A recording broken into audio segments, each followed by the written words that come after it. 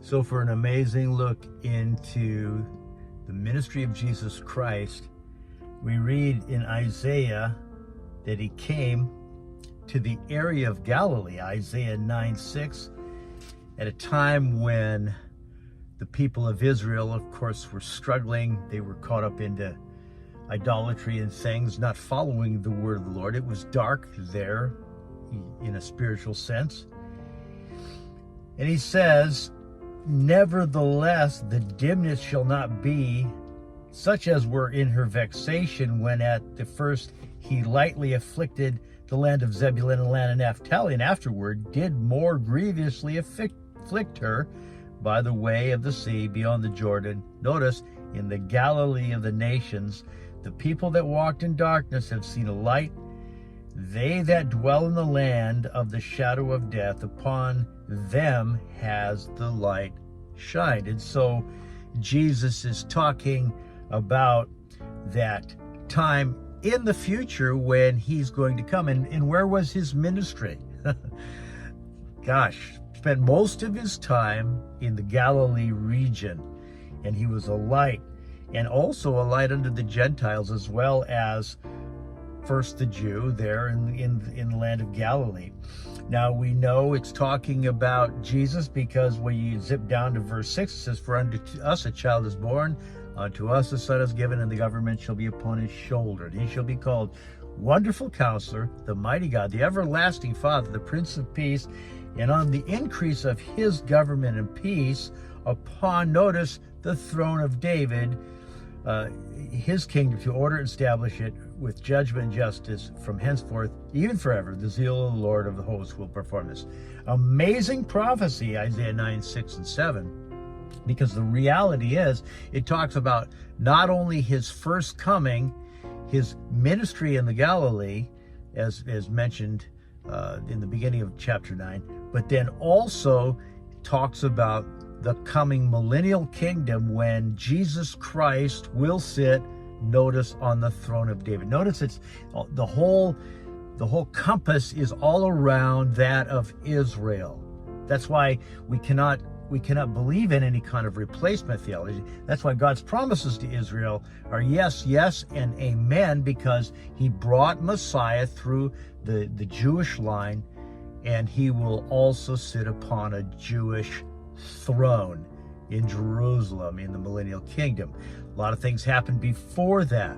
It's interesting because then when you zip to John's Gospel, chapter 14, you read, let not your heart be troubled. You believe in God, also believe in me. In my Father's house are many mansions, and if it was not so, I would have told you. And I go and prepare a place for you. And when I go and prepare a place for you, I will come again and bring you unto myself. Beautiful picture of what is considered and called the Galilean wedding. Now notice, Galilee was a place where he spent most of his time ministering. And what illustration does he use there in John chapter 14?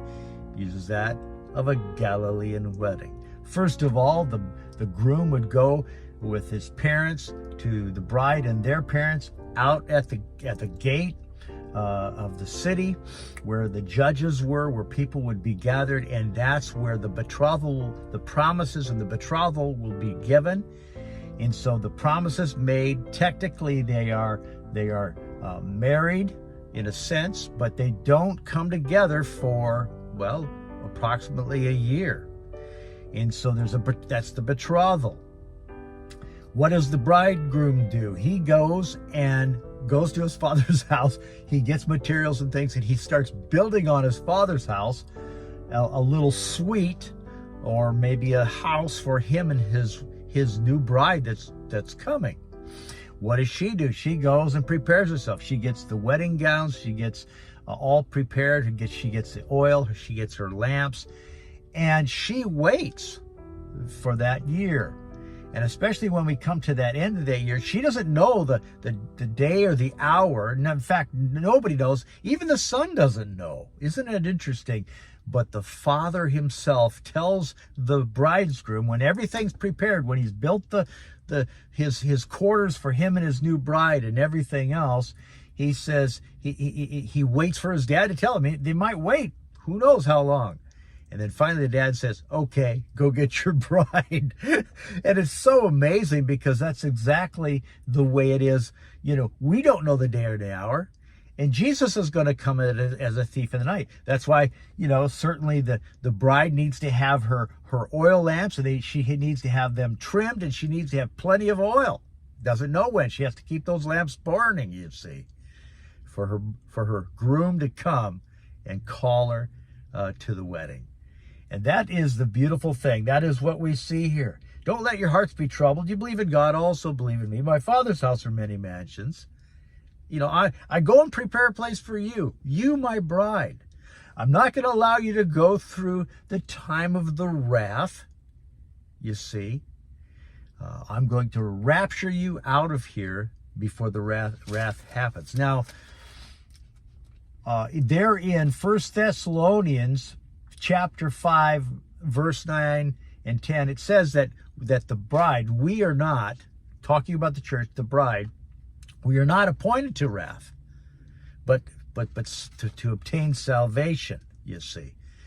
And we know that in Revelation, in chapter 6 of Revelation, first of all, we know, when does the wrath of God begin? It begins with the first opened seal. And the only one that can open that seal is Jesus himself, who is God the Son. Nobody's worthy to open up that seal. So he literally opens up what? He opens up the wrath that's going to happen for the next 7 years. We're not appointed to that wrath. And by the way, what husband would allow his bride to go through the wrath of God? Nobody. No. And then we know that also later on, it says in chapter 6 as well, is they're hiding, those that are still on the earth are hiding themselves from the wrath of the Lamb. You see, we're not appointed to wrath. It's a beautiful thing. Jesus is coming back very soon. As you notice, the climate of everything, we don't know the day or hour. He comes as a thief. Yes, indeed. Nobody knows the day or hour. Only the Father knows. That's true. But we do know the season. Look at that there in 1 Thessalonians chapter 4 and 5, and especially in 5. The them and the theys, talking about the church and talking about the people on the earth. It's so clear. Pre-tribulational rapture. It's beautiful. It's all wrapped around that man from Galilee. He spent most of his ministry there, and that's why he talks about a Galilean wedding. Study it. Look into that Galilean wedding and then compare it to scriptures. Compare it to John chapter 14. You will be amazed. And he's coming for us soon. I hope you're ready. I hope you have Jesus Christ in your heart and you're ready, because our King, our husbandman, is coming for the bride. Be ready.